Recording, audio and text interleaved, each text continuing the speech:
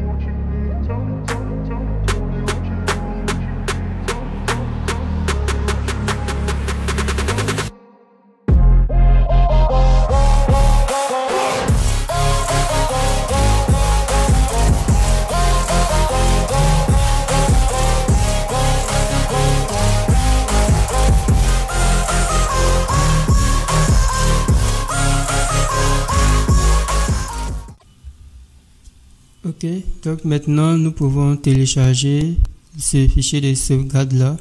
Donc je clique sur télécharger et je peux l'enregistrer où je veux.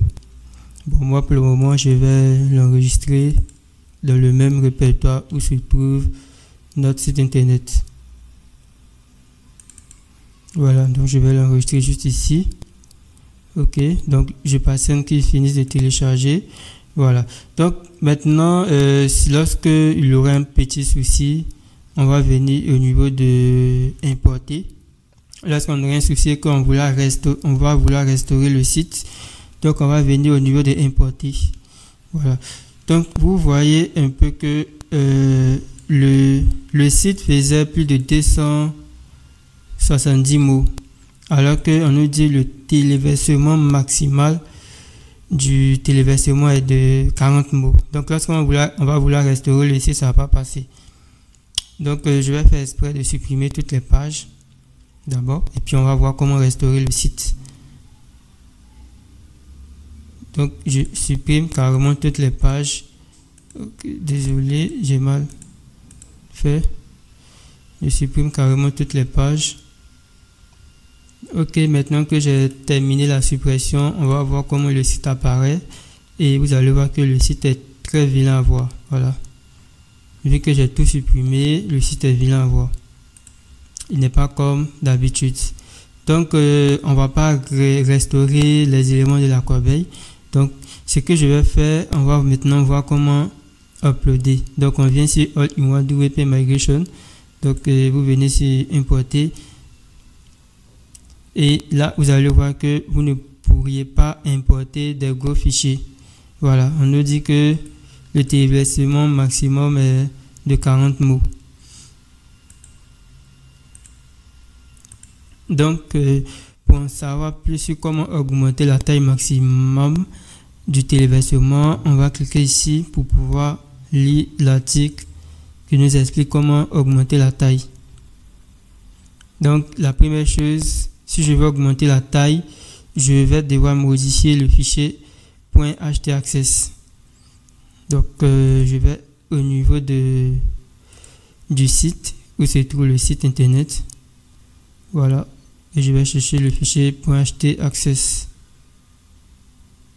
Ok, learn site. Donc je vais ouvrir carrément avec VS Code. Je vais carrément tout ouvrir avec VS Code. Donc voici le fichier htaccess qui est là. Voilà. Et voici tous les éléments qui sont à l'intérieur du fichier htaccess. Donc on va au niveau du fichier .htaccess et je vais copier tout ça. Je copie tout ça. Voilà, et je vais coller juste à la fin. Et puis je pourrais augmenter l'upload. Bon, là je vais mettre 512. Ici aussi je vais mettre 512. Bon, je vais mettre 512 partout. 512, et puis ici 3000, ici 3000. Voilà. Donc on va essayer d'actualiser. Vous allez voir que ça va changer. Si ça ne change pas, je vais redémarrer le serveur Apache. Voilà, vous voyez que ça a augmenté l'upload. Donc je fais importer depuis un fichier. Et puis je vais aller récupérer le fichier de sauvegarde. Il est dans, je l'avais mis dans Learn ici. Ok, on va patienter.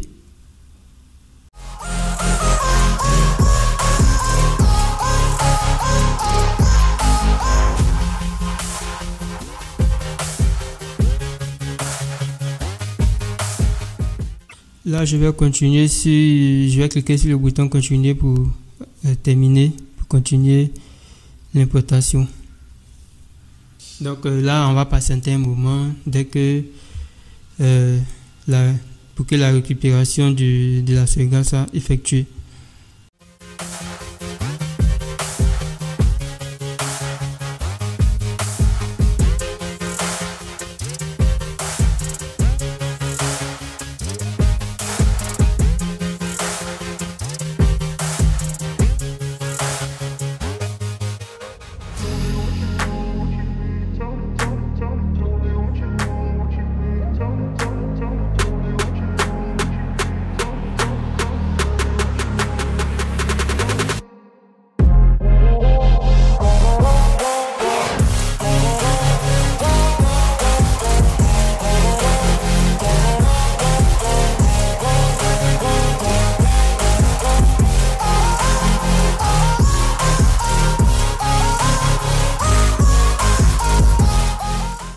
Ok, donc la restauration est terminée. Je clique sur le bouton finish et je vais afficher le site et vous allez voir que le site que j'ai bousillé exprès a été récupéré. Donc voilà, les pages que j'avais bousillées, même le formulaire de contact est toujours là.